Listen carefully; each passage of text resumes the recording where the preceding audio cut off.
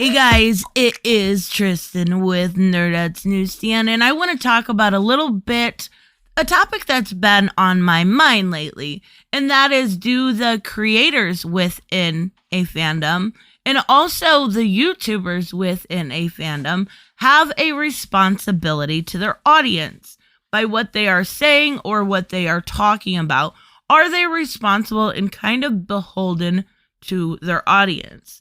Now, it is a very complicated subject, and I actually think I will probably bring it up on stream. So let me know your thoughts down below. We may go over a few comments on Sunday and kind of go into this subject a little bit deeper, but I want to introduce it, right? So along with privilege and influence comes responsibility, generally 99.9% of the time, right? Spider-Man taught us with great power comes great responsibility. Okay, all right, we're not going to go super cheesy, I promise. But do creators within a fandom, and we'll use comics because that's what my channel is, do they have a responsibility to their audience? And then on the flip side, do the YouTubers that either review them, critique them, hate on them, do they have a responsibility also? And I think it's important to note the answers may be different. Now, when it comes to creators that are, say, writing Batman or Superman or Spider-Man, I actually don't think they are necessarily beholden to the audience, but they are absolutely responsible to that character. And what I mean by that is you should absolutely 100% know how the character acts, know how the character is grown, has failed, has went through. You should know the continuity if you are writing that character. You should not break continuity unless you are doing maybe a retcon. We've seen, that recently with Nightwing.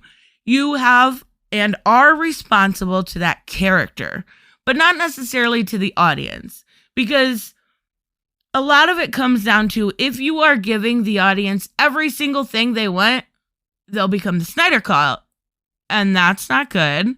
And then not only that, you will be giving them predictability. There's never any question of what is going to happen.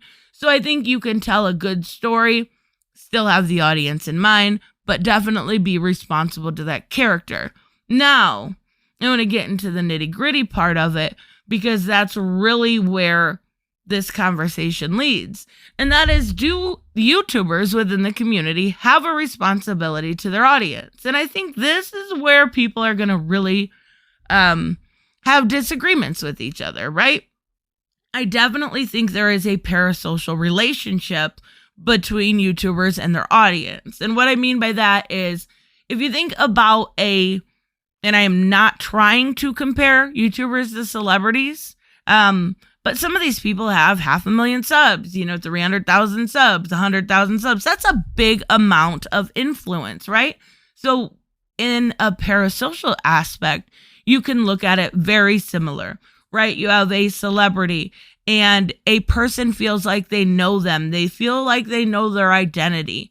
And then even more when it comes to a YouTuber, because they're more relatable, they're more down to earth. They're having a conversation like I am with you. They're giving their opinion. So yes, there is absolutely a parasocial relationship there that needs to be dissected. And it should be on the dissection of do no harm. But you get the audience you deserve. And I think that's what makes this, in my opinion, my channel so special to me, is because you do get what you deserve. You get the audience you deserve. So if you are going around and you are making hate click videos and you are making content that is mad at everything, your audience is going to be like that. Not only are you going to attract that type of audience, you are going to influence those that may have a little bit lower self-esteem, that may not know where they are in life, that may want somebody else's opinion, and then you are able to kind of persuade them. But if you go into a topic and you go, look, I don't know the answers, just like I don't know them right now. What do you think? I think that's a more healthy relationship than what you normally get from YouTubers. Now, there's so many different aspects you can look about this, but at the end of the day, I do think the answer is yes. There is a certain amount of responsibility.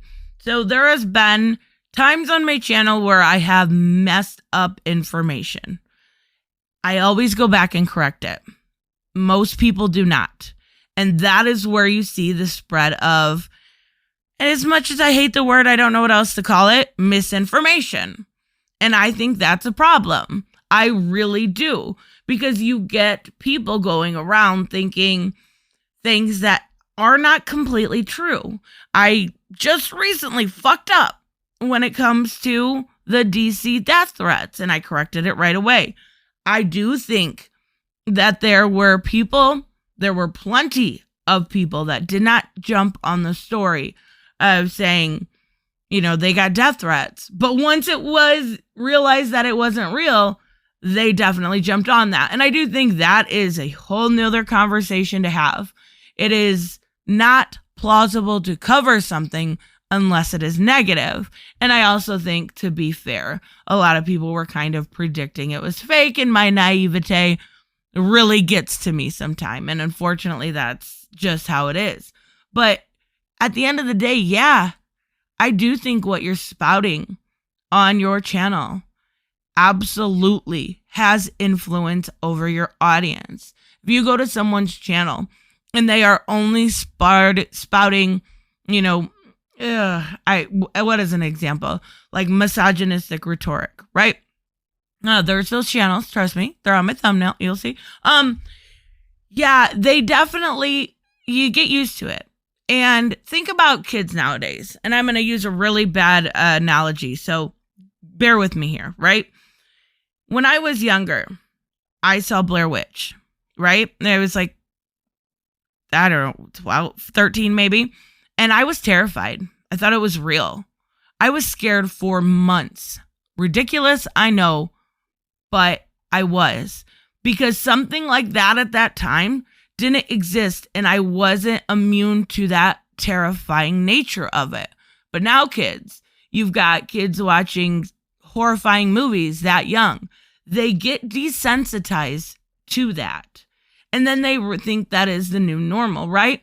So if people are constantly on these channels that are desensitizing them to humanity, if they're othering people, if they're going, look, it doesn't matter what you are, if you don't agree with me, or if you challenge me, you are either A, an SJW, or B, a Nazi. Then it is just like getting desensitized to humanity. And it's really unfortunate that you see it happen so often. And you have channels that are completely based off of stuff like when it comes to the vaccine or the pandemic as a whole. If your whole channel is based on being conspiratorial about it, then you get the audience you deserve, right? You get the audience that that is easily influenced. That is sheeple. That's really, really sad.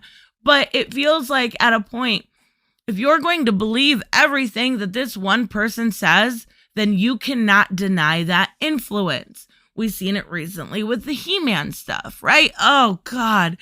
Kevin Smith, he's a lying motherfucker. But what did he lie about?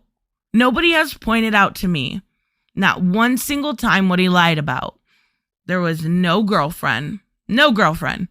He-Man was not sidelined had you watched it as a whole. In the beginning, he wasn't in it as often, but the whole idea of the beginning is, what if He-Man wasn't there? So no, He-Man wasn't sidelined. Like, nobody will tell me what he lied about. I would love to know. I asked this in my video the other day. Tell me what he lied about. But because he called out somebody that had lied, now he's the enemy. We're able to otherize him. We're able to make him look bad. And we actually saw this with Mangold. His last name's Mangold. When it comes to, I made a video about it long ago. Indiana Jones, I believe. He corrected somebody that had lied about what he was working on. Oh my God, he attacked the fans. No, he didn't. He corrected somebody. If you are that sensitive to an interaction with somebody, it is time to do some self-reflection. This video is going to be so unpopular. Oh my God. It really is. Like you're seeing it recently or just the last week with this Santa Inc. A bunch of people are upset. Like if you're mad that this little girl wants to be Santa, what's going on in your life? Like, what's the matter? Do you need to talk? Like, yeah, it's stupid. Don't watch it. Seth Rogen hasn't been funny since like Knocked Up. Are you really that upset? Do you want to talk? My email, down below or in the About Me section. Like if it's that bad that you're mad that they said a white dude has been Santa, when historically a white dude has been Santa, what's going on?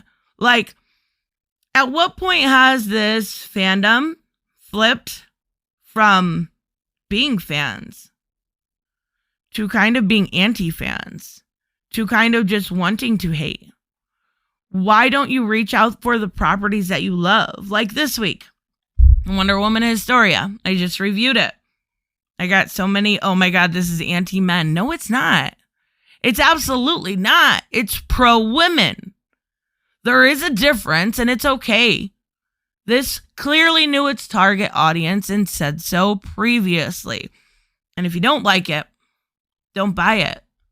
Vote with your wallet. As I always say, the market will decide.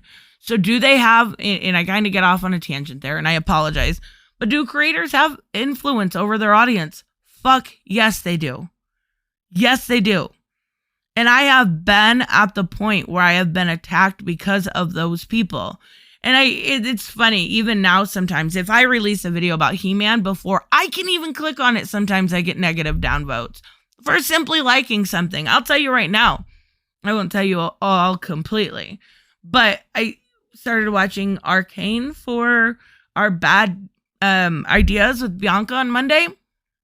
Yeah, everyone's talking about how great it is. It was the most requested show I had ever had. It's boring. It's not going to be popular. But that's my opinion, right? I grew up with He-Man. I have a tie to that. And it was fun, and something was happening all the time, and it was fast-paced, and it was good. And Arcane is slow, and it's beautiful. It's slow, and it's boring, and it's like, okay, I don't care about these characters. You haven't made me care. But because I go against something like that, or I go for something like that, that means that is the path to otherize me. And these creators have done a very good job of making it okay to look at somebody, look at a creator or a YouTuber or a writer or an artist, and if they don't agree with every single plot point in their agenda, and yes, it is an agenda on that side, 100%, it is an agenda, then you're the other. Then you are the enemy. I have no problem being someone's enemy. What I have a problem with is the lies and the manipulation, because they are no better at this point than the mainstream media. I pointed out not that long ago when Catwoman, I forget the girl that plays her, Zoe Kravitz. She had talked about not being fetishized, and it was twisted for an agenda. Parts were left out for an agenda. Yeah, the fact that she was naked. Okay, we're not even going to go there. But yes, whether or not you like it, these creators have a responsibility. These creators create mobs that downvote YouTube videos, even though they're gone, even though the downvotes are officially gone now. And I kind of hate it. I'm not going to lie. At first, I was like, I don't care. But now I can't see them unless I go on my computer. I can't even find it on my phone. Like, that's so dumb. That's so dumb. At least let the creator see it. Don't make me jump through hoops. That's regardless. They also create plenty of mobs that go and, kind of review bomb stuff. And we've seen it happen time and time again. Whenever they decide they hate something, I can guarantee it'll happen with Santa Inc. There will be thousands of them review bombing it. Thousands. Before you can even have a chance to watch it. We saw it with The Last of Us Part 2. It was review bombed within minutes. Within minutes. You can't play the game within minutes. Same with, He-Man. It's okay to not like something. It is. But don't use your influence to send hate. And that's where these creators have that responsibility. Like I said in the beginning, as a comic book fan, every single person knows with great power comes great responsibility. You have to put that difference in there. And how do you really make that difference? If you hate everything, how do you make that difference? What do you do? I actually would love to explore that idea, because how do you critique without gaslighting or strawmanning? You do it constructively, right? That construction's gone. It's just, oh my God, they said something about white dudes. Santa's white. That's strawmanning, what I just did, by the way. I know. I'm so self-aware. Just kidding. I actually didn't mean to do that. But regardless, there'll only be like 3 of you listening to this part. Come on, let's be real. It's silly. And at this point, creators need to realize it. And, I don't think it'll ever happen. I don't think they give a shit as long as they're making money. And again, capitalism at its finest, right? I guess let the market decide. Yeah, that's where we are with that.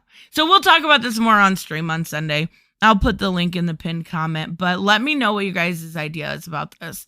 I am curious. It's been something that's on my mind lately, and it's a lot of why I looked at, myself a while back and realized some of the hate I was personally spewing and why I changed and went to a place where I'm like, yeah, I gotta not do any harm, right? I gotta try my best to use any influence I have, even if it's the 2 of you that are left now, for something positive. Everyone's sick of the negativity. Oh my God, this is so negative. I'm sorry. I got off on a tangent there. I will talk to you guys later. Bye-bye.